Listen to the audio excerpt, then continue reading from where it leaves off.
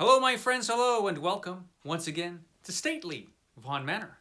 And today, I've got kind of an ambitious video today. I'll be talking about Edgar Rice Burroughs, the Master of Adventure, the work of Edgar Rice Burroughs, the Master of Adventure. This is a book by Richard A. Lupoff about Edgar Rice Burroughs, appropriately titled Master of Adventure, because that's what Edgar Rice Burroughs was. He was the master of adventure fiction, and he was also an earlier practitioner of science fiction, and he's been very influential on science fiction and pulp fiction in general. Edgar Rice Burroughs was. So I wanted to do one video where I just talked about all of it, so you can get an idea of everything that he wrote, or everything major at least. There's a couple books I don't have, but those books, trust me, aren't major at all. So I'm going to talk about all the major stuff and some stuff that isn't so major. But I'm going to talk about a lot. So I've got a lot of books sitting here. So we'll see how it goes. He wrote a few different series books and some standalone adventure science fiction books. I will talk about the major series first. So like I said, famously, Edgar Rice Burroughs is the creator of Tarzan of the Apes.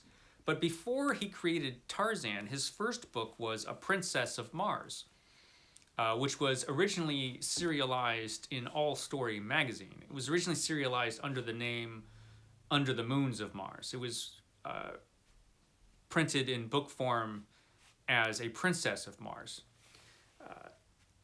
There were 10, originally there were 10 books in the Mars series. And then there was one that was released posthumously. The first book in the Mars series is A Princess of Mars, and this is probably still the most famous of the books. This is the first real sword and planet story, where there's a bunch of action adventure. It's very similar to a fantasy novel, but it is science fiction. On Mars, where Civil War veteran John Carter is mysteriously transported to Mars, where he eventually, through his fighting skill, becomes a warlord of Mars and a very important person on the planet Mars, which is a very barbaric planet. Despite having some high technology, it's still a pretty barbaric, dangerous place full of monsters. It's a great series, and a really interesting one, where John Carter is thrust onto this planet with literally nothing. He shows up naked with nothing and rises to such heights. And while doing so, he manages to get a bunch of different people on Mars, different cultures on Mars, to work together, whereas usually they were all fighting. Of course, he does it to fight other people, but, you know, what do you do? But it's a fantastic series, and this series, the Martian series, has been highly influential on pretty much all science fiction in a way. All of the fantastic pulpy types of science fiction, space opera, Star Wars, has a direct influence, is directly influenced by this series, and the Star Wars type of science fiction is directly influenced by this stuff. It's a lot of fun and highly entertaining. Pulpy, very pulpy stuff. Edgar Rice Burroughs could be borderline ridiculous sometimes in his plots, but the Martian series, excellent series. It starts off, like I said, with the Princess of Mars. It continues with the Gods of Mars. The third book is where he becomes a warlord, the Warlord of Mars. Now, after that, it gets interesting. Up to this point, John Carter has been the main character, and we see everything through his point of view. But in the fourth book, Thuvia of Mars, that's a great old crinkle cover. In the fourth book, the point of view character, the main hero of the character, becomes John Carter's son, Carthoris. So it's no longer John Carter. He's in this book, but he's not the main focus. it is shifted to his son in Thuvia Made of Mars. And this is a pretty entertaining book. I don't think it's my favorite. My favorite would be Gods of Mars. But Thuvia is pretty good. They're all pretty good. Then we move on to the adventures of John Carter's daughter in Chessmen of Mars. Then we have a different hero altogether. Ulysses Paxton, another soldier from Earth, is also mysteriously transported to Mars. So we got a second Earthman who comes to Mars in the mastermind of Mars. Then we shift to just Martians. And Martians themselves are the heroes of A Fighting Man of Mars. This is a great Michael Whelan cover. I don't have too many of the Michael Whelan covers for some reason. After that, John Carter becomes the focus once again, and he is the main character once again in Swords of Mars. Then we shift once more in Synthetic Men of Mars. Then we have what was originally the last book in the Barsoom series. That Barsoom is their name for Mars, the Martian's name for Mars. That's Lana of Gathal, where John Carter is the main character once again. Now, he did have one novelette left that was never published in book form.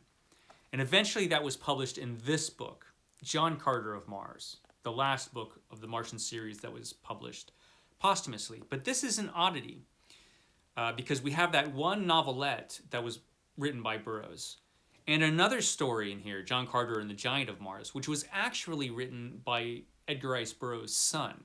And you can tell when you read it that Edgar Rice Burroughs did not write it. He had a hand in the story, apparently, but he did not write the story. And you can tell. It is not on par with the other stuff. Now, the good thing about this series of books, the Martian series, is that it really holds up its quality in a way that the other series that Edgar Rice Burroughs didn't really. A lot of his other series kind of got tired out. And he kept writing them, especially Tarzan, because that was money in the bank, you know. But the originality kind of dissipated, and he started repeating himself pretty badly in some of the later stories. But that never really happened in the Martian series. Those were entertaining the whole way through, and their quality, it stayed up there. Now, after A Princess of Mars, he wrote a story called The Outlaw of Torn, which was a pretty good story. It's not fantastic, but it's a decent historical adventure novel. He wrote this right before he wrote Tarzan. This really wasn't that popular at the time it was published. It was republished later in book form, much later, and then it was popular because at that point anything Edgar Rice Burroughs wrote was popular. But then, later in 1912 in the All Story magazine, Tarzan of the Apes was published and was very popular. And then this was published as a book in book form with some slight alterations to the text in 1914. And of course, this became a series of world-famous movies. And that is where we get our ideas of Tarzan, I think, for the most part. We don't get them from the books, we get them from the movies. Tarzan of the books was a much different character than the Tarzan of the movies. Tarzan in the books, for example, was really, really smart. French was his first language. He learned French before he learned English. And so he spoke English with a French accent, even though, as it turns out, he was an English lord who was marooned in the jungle. His parents were were cast away in the jungle. And they died when he was a baby, and he was raised by apes. But he was Lord Greystoke, an English lord. And so when he grew up and he found out about his heritage, he was never really at home in the human world. And he was never really fully at home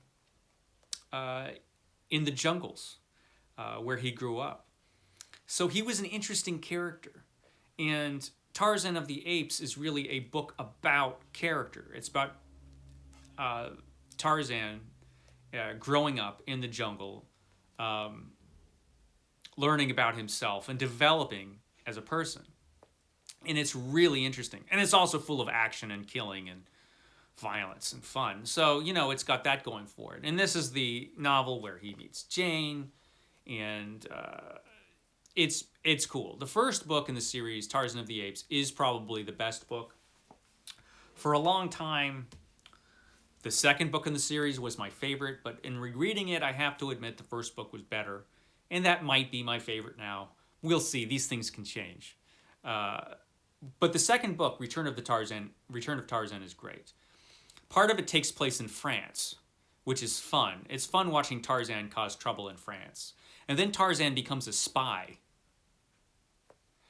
All kinds of stuff happens in this book. We've got a lost civilization. Basically everything you want in a Tarzan book is in Return of Tarzan.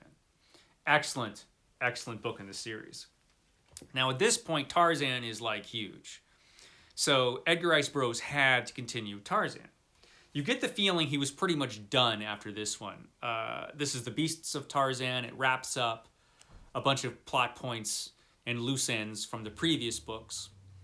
And at the end of this book, you get the idea that Lord Greystoke is going to settle down. Lord Greystoke is not allowed to settle down. But Edgar Rice Burroughs did an interesting thing.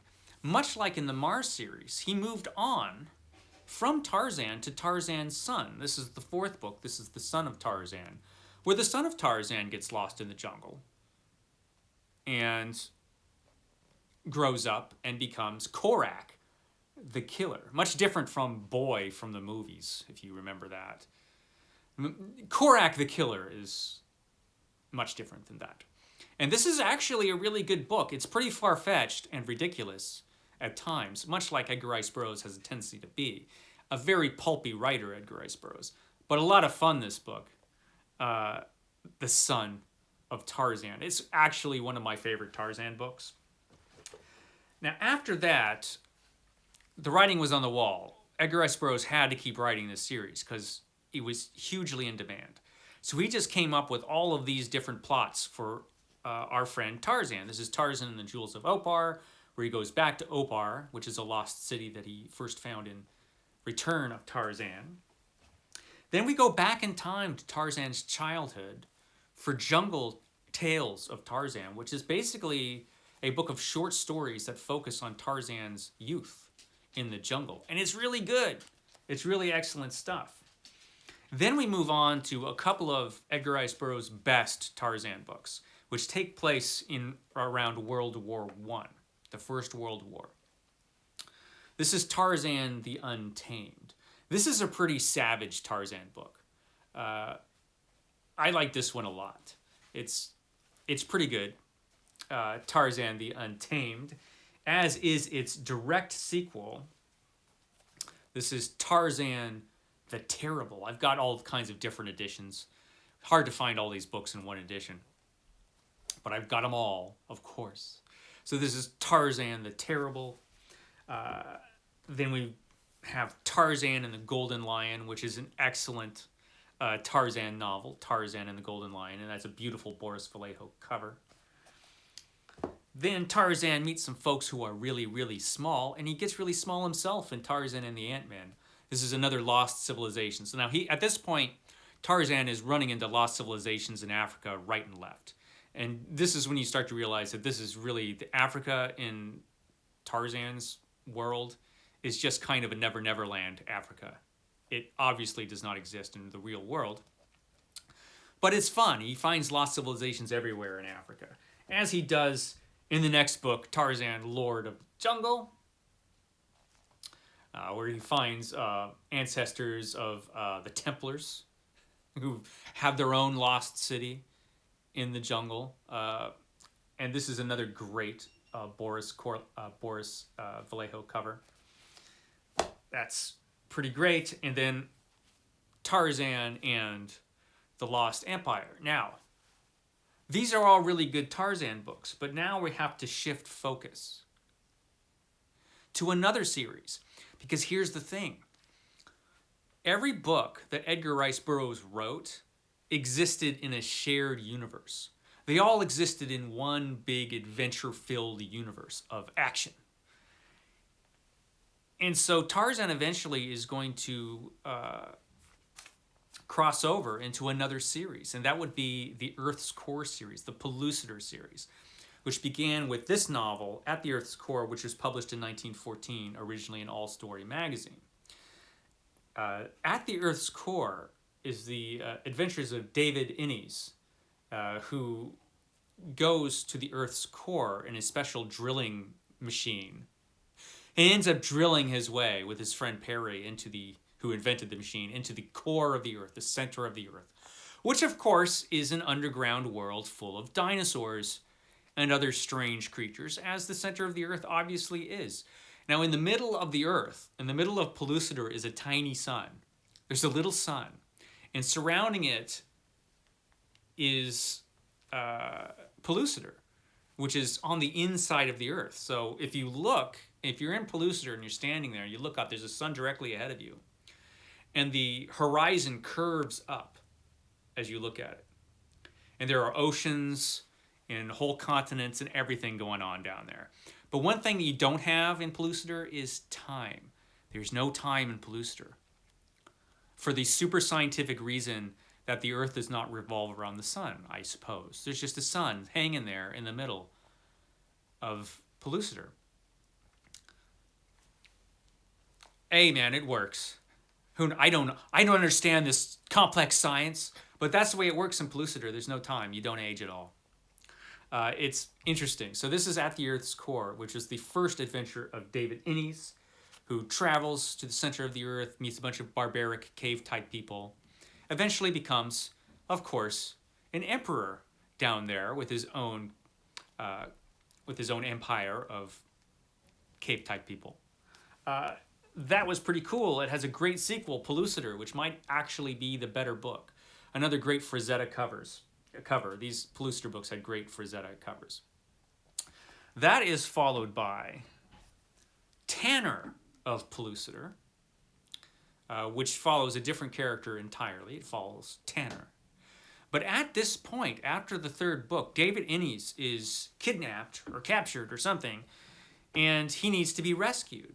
Now, he has been keeping contact with the outside world, with Edgar Rice Burroughs. Edgar Rice Burroughs, he always talks about all this stuff as if it's all real. And David Innes has been keeping touch with Edgar Rice Burroughs. And so Edgar Rice Burroughs finds out that David Innes is in trouble, and eventually a team of adventurers goes down to the center of the Earth to rescue David Innes. And among them is Tarzan. Tarzan goes to the Earth's core. And in this novel, Tarzan at the Earth's Core, where Tarzan goes to Pellucidar, and it's awesome. This is a great book. This is a ton of fun.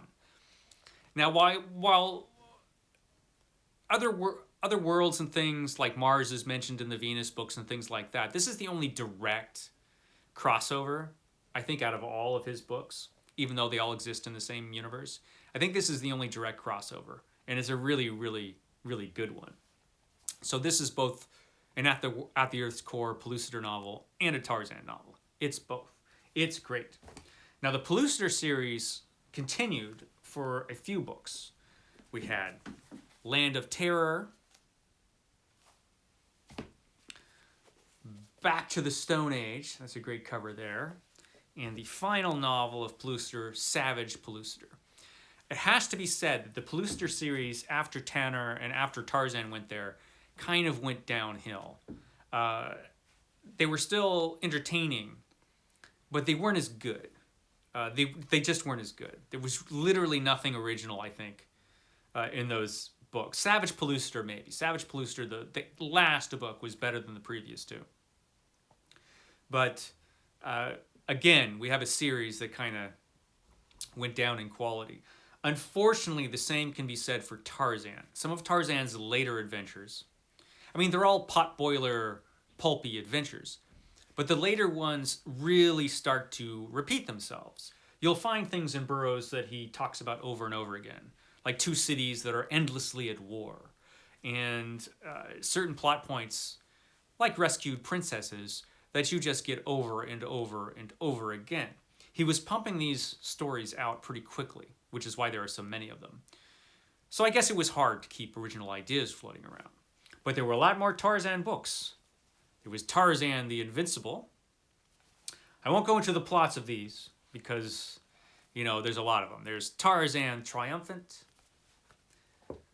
Tarzan goes back to Opar. I believe he goes back to Opar. In Tarzan and the City of Gold. Unless it's a different City of Gold. It's been a while since I read these later ones. I have to get back to reading all of these. Then we've got Tarzan and the Lion Man. Tarzan and the Leopard Man. This could be the worst Tarzan book, or the second to worst Tarzan book. I remember that. Tarzan's Quest, where Tarzan manages to make himself immortal. Interesting story. This could be the worst Tarzan book. It could be. This is Tarzan in the Forbidden City. Underwater Adventures of Tarzan. This is Tarzan the Magnificent, which is mostly noteworthy for this fantastic cover, which could be the best Tarzan cover Boris ever did, except for one.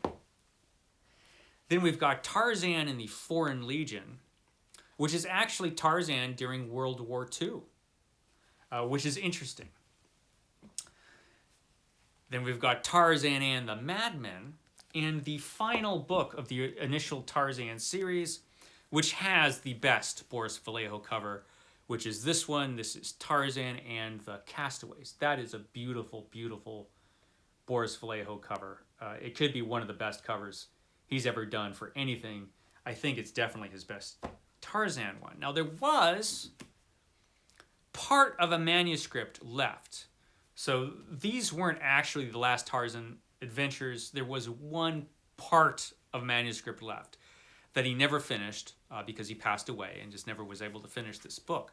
Eventually, this manuscript was taken by Edgar Rice Burroughs Incorporated and given to the really excellent writer Joe R. Lansdale. And Joe R. Lansdale finished in this. This is Tarzan the Lost Adventure, which has a terrible cover. But the book is pretty good. So this is sort of the last Tarzan book. It was the last bit that Edgar Rice Burroughs wrote. It was finished by Joe Lansdale, who you can tell has a different style. But it's still an entertaining book, and I think well worth reading. So that's everything. That's everything Tarzan, Pellucidar, and Mars. He did have one other major series, which was the Venus series, which came much later. The first Venus book was Pirates of Venus, which was published in the 30s. So this came out in 1932. This is Pirates of Venus, which stars Carson Napier, who is a much different character than John Carter. At this point in the 30s, Edgar Rice Burroughs' style had changed a bit. He had kind of grown as a writer a little bit, and so his character was far less capable, shall we say, than John Carter, who can pretty much take care of anything pretty competently. Carson Napier, not so competent. This guy spent most of his time running away from danger. You do have a sense that he was more like a real person and reacted more like a real person would. Whether that's what you want in an Edgar Rice Burroughs novel or not, I don't know, but it's decent. It's a decent book. And they're actually a lot of fun. The second book in that series is Lost on Venus. That was the original cover there. That continues with Carson of Venus. This is a British copy. Followed by Escape on Venus. And eventually, there was one novelette left that needed to be published. And that was published in this book, The Wizard of Venus. And this actually has a little novelette in there that's entirely unrelated called Pirate Blood, which is just some random adventure novelette. But this does have in it the final bit of the Venus series, The Wizard of Venus. So that's the entirety of the Venus series. And it was interesting because, like I said, Carson Napier is no John Carter. He was a very different character, and it was a very different series and different series of adventures. It was pretty cool. Now, there were some other books that were pretty important.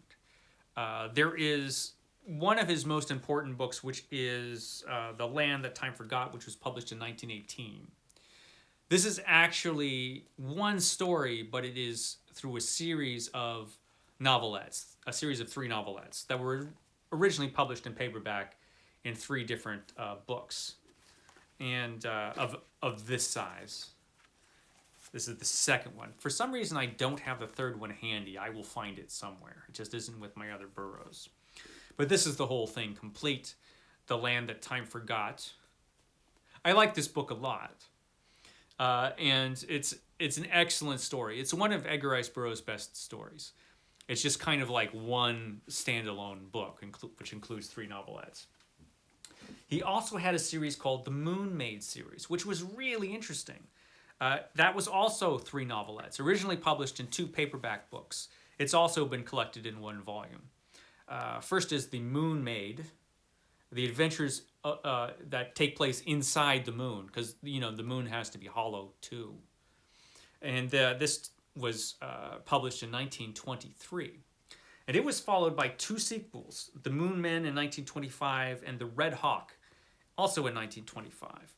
And that completes the Moon Maid story, which were both published in this volume, The Moon Men. And so these 2, don't drop things, Mike. These 2 were all one story. Other than that, he did write some standalones, which I'll go through quickly because I said I would take care of all of this stuff in one video. He wrote some westerns, this guy. This one was okay. This is the deputy sheriff of Comanche County. Really nothing special about this. Boris Vallejo cover, which is pretty good. It's probably the best thing about it. But he did do 2 excellent Apache novels. This is The War Chief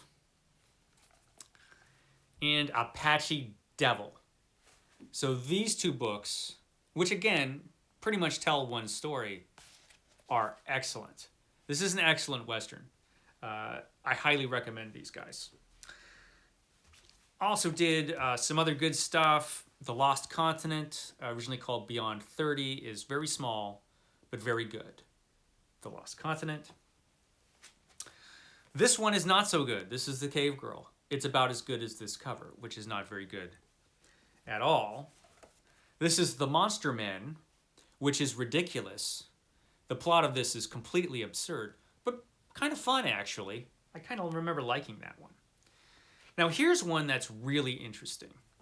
This is The Mucker, a term we don't hear much anymore, but apparently it was a term people used back in the 30s, 20s and 30s. So we've got a guy named Byrne here, Bill Byrne, who grew up in the alleys of Chicago with a bunch of criminal types. And he was a mucker. He was the mucker. And this, again, is a novel of character where he goes and has a series of crazy adventures. And in the process of having his adventures, he becomes a better person. And it's actually a really interesting book, The Mucker. And it's one of his books that I would recommend you read if you like this guy's writing. And it's a lot of fun, so why wouldn't you? So The Mucker is one I would hunt down. A lot of these books, not all of them, a lot of them you can get on the Kindle for cheap or nothing. This is The Land of Hidden Men, which is just kind of a random adventure. Originally titled Jungle Girl. It's about as good as a book called Jungle Girl would be. This is The Lad and the Lion. It's decent, nothing special. The Eternal Savage is interesting just because it has a guest appearance from the Claytons, the Greystokes. So the Greystokes make an appearance. Tarzan's in this. He's just not identified as Tarzan. He's just Greystoke, which is odd.